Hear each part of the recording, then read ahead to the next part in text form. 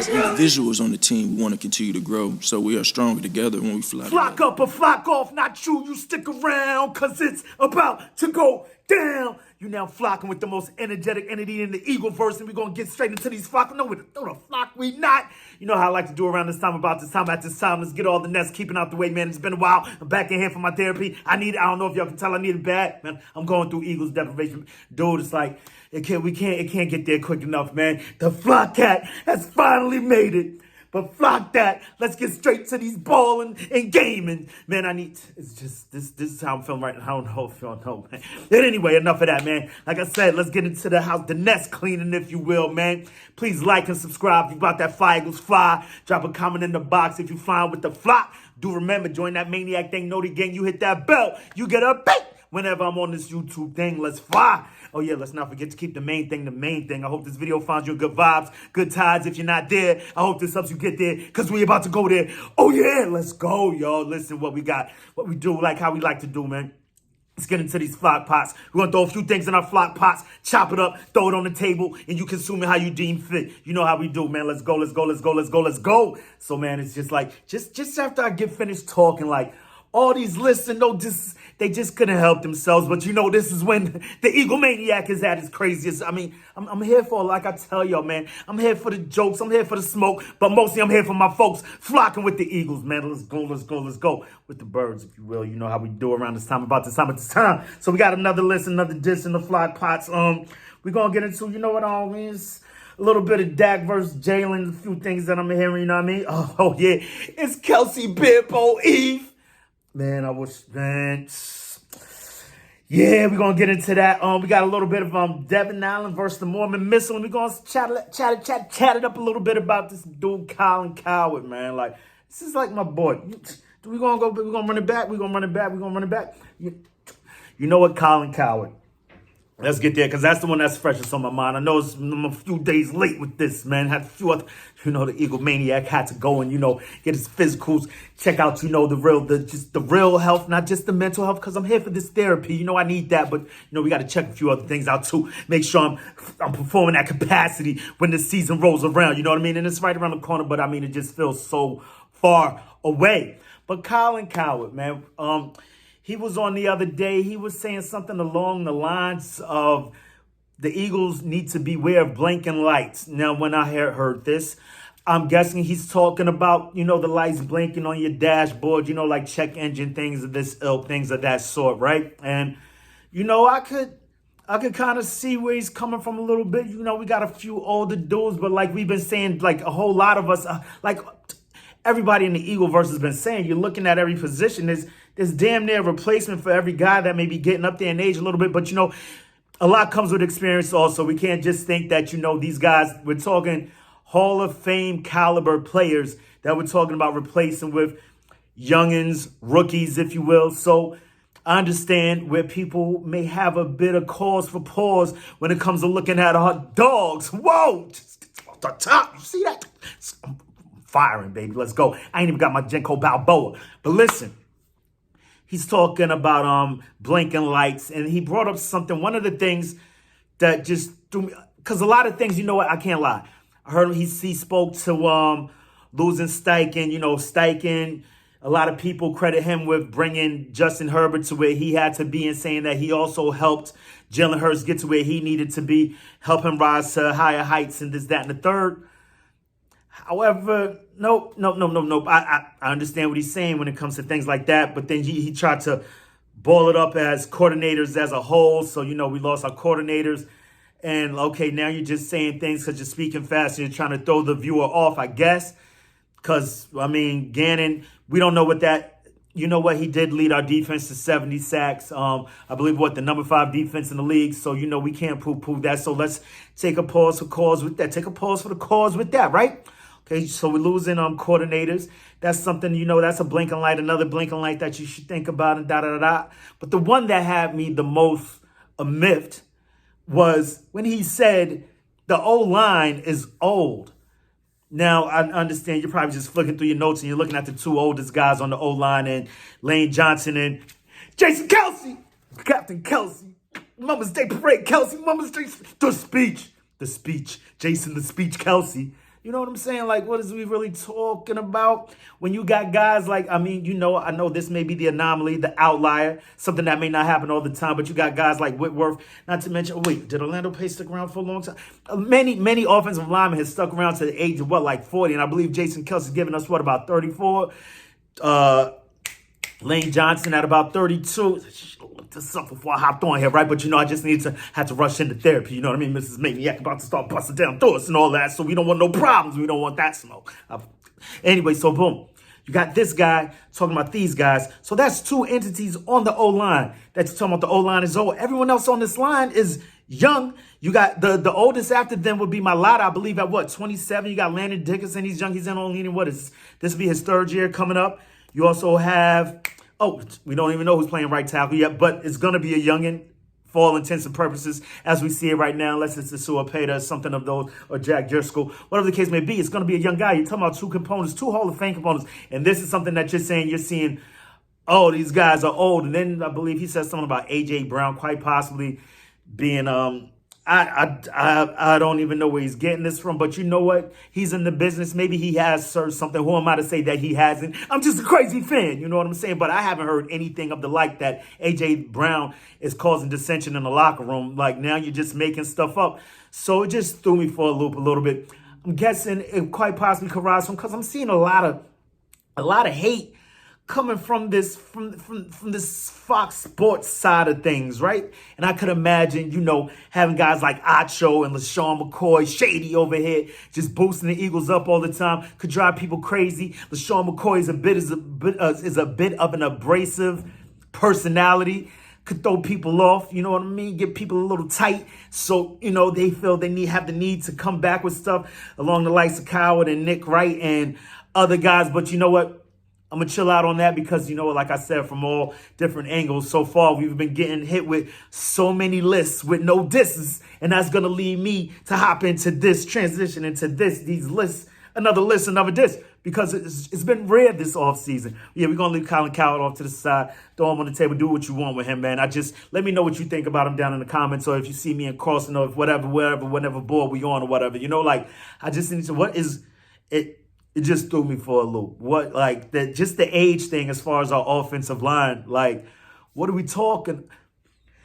Anyway, another list, another diss, y'all. So a list came out, I believe it was PFF. I saw this on, I believe, who was it, boy, On the Road to Victory, his channel, Jimmy Smith, right? Saw something pop up where there's a top 10 list of best backfields in the league right now. The Eagles weren't on it.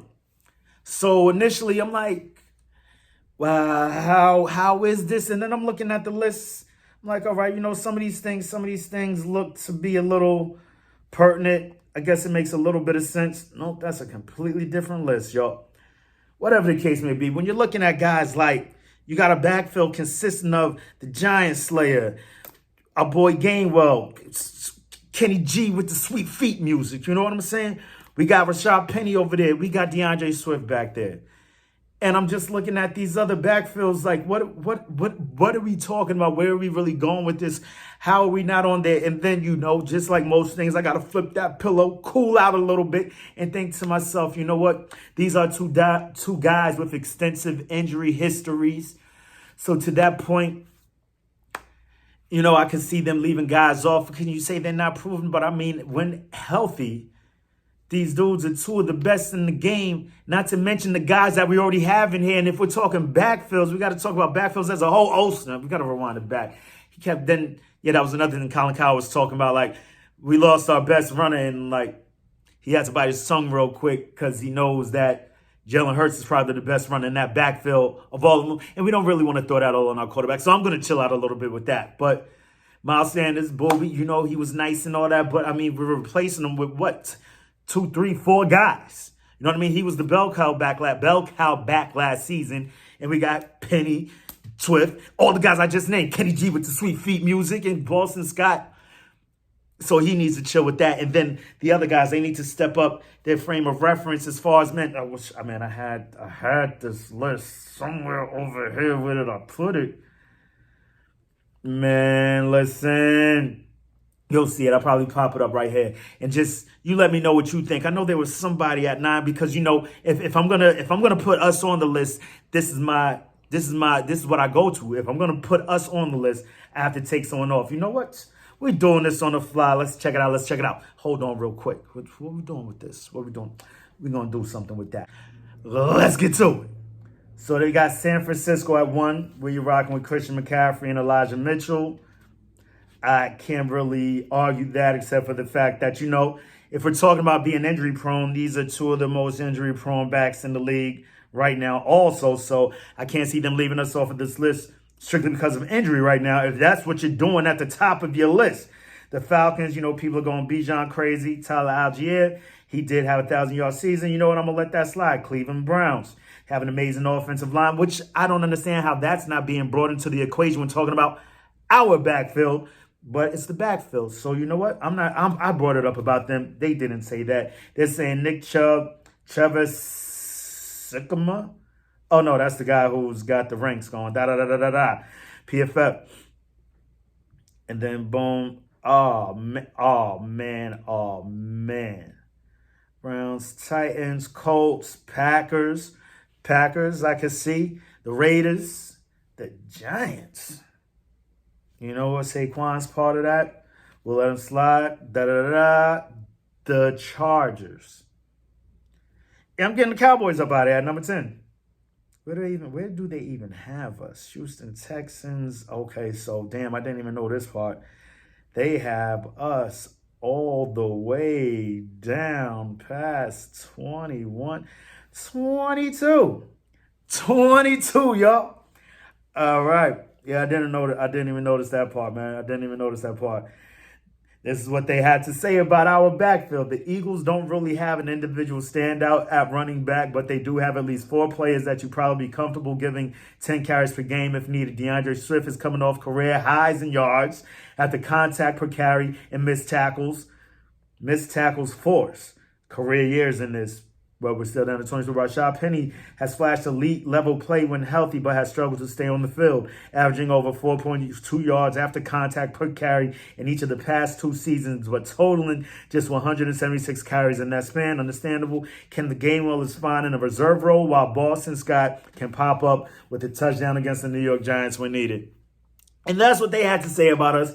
No, nothing. I was waiting for the detractors. I was waiting for something that they could say against what we're putting out there. The only thing that they had to say was that Rashad Penny is injury prone, can't finish the year. DeAndre Swift had a career year last year. But you're going to throw, am I reading this list right, bro? Am I reading this list right? Is it San Fran at 1? Did I see that? We've got San Fran, Cleveland Browns among tier 1. And you've got Christian, and that's just the part that I'm not getting, man. Christian McCaffrey and Elijah Mitchell are topping this list. And last year was the first year we seen Christian McCaffrey finish the season in like 3-4 years. Elijah Mitchell did not finish the season last year. But that's your top backfield, and they got us down to 22. You know what? We'll prove them wrong, and that's where I'm at with that. I really, I'm just gonna chill out.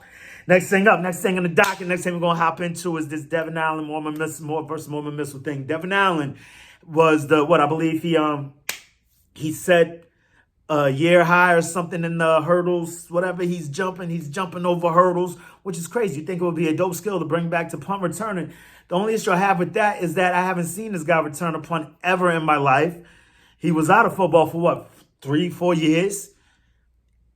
Not to mention our boy, the Mormon Missile. I understand a lot of people's on a heard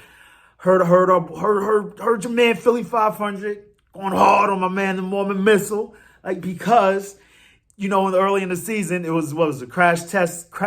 They called him a crash test dummy.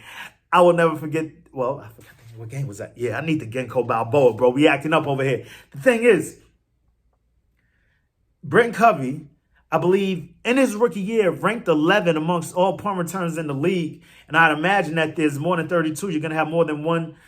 He was number 11 in the whole league. I believe he was top tier as far as return yardage. Oh, and as far as punts returned, he was willing to, and not just that, he caught everything early in the season. He did mess a little bit with he had a few cases of fumble fingers. Nothing crazy. Never lost a ball. No lost fumbles. This is a short-handed returner that we've seen do it. He does this, and I believe he can only get better in his second year. He has a year under the belt. He can do this now. And I'm riding with Brent Covey. I wouldn't be against what Philly 500 proposed, though, seeing what you got in the preseason. So, give him a few chances at this. Give him a few cracks at it. The only thing with that, I know Nick Sirianni is big on connection. He's big on consistency. He doesn't want to throw anybody for a loop in the locker room. Doesn't want to catch anybody off guard. Doesn't want to cause any dissension in the locker room. No foul. And I understand this is the NFL, but you know what? I feel like city of brotherly love. This is what we're doing over here in Philly. We're loving our players up, which is, big in the league, big around sports right now. You're paying these guys hella money. Egos, I don't want to call anybody's ego fragile, but you're dealing with a lot of testosterone in these locker rooms, and you just don't want to throw anything for a loop, so keep things the way they are. However, I don't believe Brent Covey would be the type to catch, because the guy just seems like he puts his head down and goes to work no matter what. So it's something that I wouldn't be opposed to if those in the locker room were not opposed to it. So I'm with it. Let's check it out. But I really have no issues with Brent Covey right now as it stands. You know what I mean? Because he does what he does. He's short-handed. He's fast.